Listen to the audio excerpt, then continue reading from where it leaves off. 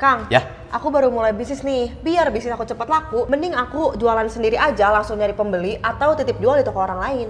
Menarik, gimana kalau aku jelasin enak sama enggaknya aja, biar kamu gampang ngerti. Wah, boleh tuh. Di dalam tapi ya. Gas. Setelah 4 tahun aku ngejalanin bisnis dan dapat 1 miliar pertamaku, enaknya nih ya, kalau kamu jualan ke pelanggan, yang pertama, kamu bisa dapat margin profit yang lebih besar. Terus yang kedua, kalau brandingan kamu kuat, kamu bisa naruh harga kamu suka-suka, sama jualannya juga bisa suka-suka. Jadi ya basically, kalau brandingan kamu kuat ya terserah kamu aja jualannya mau kayak gimana.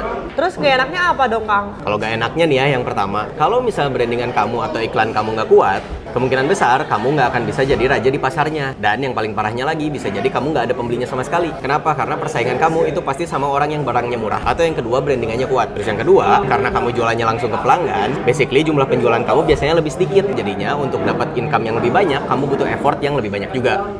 Terus kalau titip jual di toko orang gimana tuh? Nah, kalau B2B nih ya, enaknya yang pertama, karena kamu jualannya ke bisnis lain, pasti volume penjualannya bakalan lebih banyak dibandingkan kamu B2C langsung. Terus yang kedua, kalau kamu punya info ordal dari stakeholder calon partner bisnis kamu, pasti dealingnya bakal lebih cepat. Sama yang ketiga, beban promosinya itu bisa dibagi sama partner bisnis kamu juga. Tapi, gak enaknya apa? Yang pertama nih, B2B itu biasanya harganya sensitif. Jadi kalau misal harga kamu terlalu mahal, biasanya nggak bakal diambil sama calon partner bisnis kamu. Terus yang kedua, kalau misalnya kamu nggak punya ordal buat ngebantuin dealingnya, biasanya untuk melakukan deal B2B-nya itu akan lebih susah juga. Wah, kalau gitu aku mending yang mana dong, Kang? Kalau pertanyaannya enakan yang mana, jawabannya ya pasti B2B lah. Kenapa? Karena kan meskipun margin profit kamu lebih kecil, jumlah volume penjualan kamu kan lebih besar. Artinya pada akhirnya income yang kamu dapetin pun jadi lebih besar. Tapi yang jadi masalah adalah untuk dealing B2B itu biasanya butuh info ordal yang kuat. Kalau kamu nggak punya ordal yang kuat, ya udah saran aku, kamu fokus B2C aja, kuatin brandingan sama iklannya. Karena pada akhirnya ketika brandingan kamu kuat, orang-orang pada bakal pengen B2B juga kok sama kamu.